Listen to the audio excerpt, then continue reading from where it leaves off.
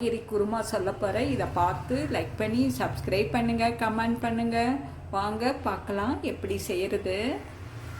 ஒரு கப்பு எடுத்திருக்கேன். உரிக்காத பட்டாணிங்க, அதுதாங்க சத்து. அது ஒரு கப்பு எடுத்திருக்கேன். நூக்கல்ங்க, அது ஒரு கப்பு. பீன்ஸு, அது ஒரு கப்பு. உருளைக்கிழங்குங்க, அரை கப்பு எடுத்துருக்கேங்க. நம்ம இதை நல்லா கழுவிட்டு வந்துடலாம் எல்லாத்தையும் ஒன்றா. ஒரு ஸ்பூன் அரைச்சிக்கலாம் இஞ்சியும் பூண்டும். விளைஞ்ச புதினாங்க கொஞ்சம் போட்டிருக்கேன். அப்புறம் கசகசா ஒரு ஸ்பூனு, தேங்காய் பத்தை ஒரு 4 பத்தை, எங்கள் மாடி தோட்டத்தில் விளைஞ்ச 2 மிளகாங்க, அதை போட்டு நம்ம தண்ணி விட்டு கொஞ்சம் மையாக அரைச்சிட்டு வந்துடலாம். எண்ணெய் ஊற்றிக்கிறோம். லவங்க 2 போட்டுக்கிறோம். ஒரு 3 பட்டை, இலை 1 போட்டுக்கலாம். மாடி தோட்டத்தை விளைஞ்ச ரம்பை இலை 1 போட்டுக்கிறேன். கொஞ்சம் ஒரு 2 நிமிஷம் வதக்கிக்கலாம். இப்போ இஞ்சி பூண்டு பேஸ்ட்டு ஒரு ஸ்பூன் போட்டுக்கிறேன். இதையும் சேர்த்து வதக்கிக்கலாம்.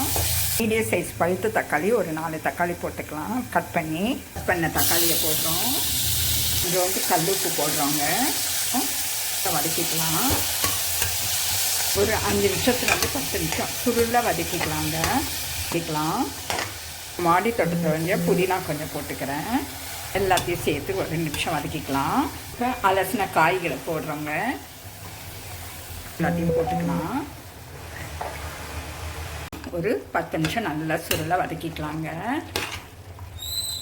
புதினா எடுத்துக்கிட்டோம்னா நரம்பு மண்டலத்தை பாதுகாக்குதுங்க இந்த புதினா. அது தவிர எடை கொழுப்பு அதெல்லாம் வந்து இந்த புதினா குறைக்குதுங்க. சாதாரண புதினா ரத்தத்தை சுத்தம் செய்யுங்க புதினா. ஸோ நம்ம வீட்டு புதினான்றப்போ அவ்வளோ வாசனையாக அவ்வளோ நம்ம ஃப்ரெஷ்ஷாக சாப்பிட்றோம். நரம்பு வலி, தலைவலி, தசைவலி இருக்கிறவங்களுக்கு ரொம்ப நல்லதுங்க இந்த புதினா.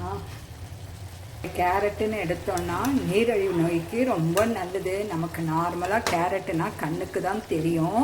ஞாபக சக்தியே தருதுங்க. மாரடைப்பை வந்து தடுக்குது. எலும்புங்களை வந்து ஆரோக்கியமாக வச்சுக்கோங்க இந்த கேரட்டு. இதில் ஏகப்பட்டது சொல்லிக்கிட்டே போகலாங்க. இந்த பச்சை பட்டாணின்னு எடுத்துக்கிட்டிங்கன்னா மலச்சிக்கல் பிரச்சனையை வந்து குறைக்கிதுங்க. புரதச்சத்து அதிகமாக இருக்குங்க. இந்த கொலஸ்ட்ராலை வந்து கம்மி பண்ணும். நார்ச்சத்து அதிகமாக இருக்குது. ரத்த அழுத்தத்தை வந்து சரி செய்யுங்க. அதனால் சர்க்கரை உள்ளவங்களுக்கும் இது சாப்பிட வேண்டியதுங்க. இந்த பச்சை பட்டாணி சர்க்கரை நோயாளிக்கு ரொம்ப சிறந்தது. இது சீசன் டைமில் இந்த உரிக்காத பட்டாணியை வாங்கி சாப்பிட்ணுங்க. பெண்களுக்கு ரொம்ப ஸ்ட்ரென்த்துங்க. ஏகப்பட்டது இந்த பச்சை பட்டாணியில் இருக்குங்க. எலும்பு மண்டலத்தை ஆரோக்கியமாக வச்சுக்கோங்க இந்த பச்சை பட்டாணி. மூளை செயல்பாடை நல்லபடியாக வச்சுக்கோம். ஸோ இது நம்ம கண்டிப்பாக சீசன் டைமில் வாங்கி சாப்பிட வேண்டியதுங்க இந்த பச்சை பட்டாணி.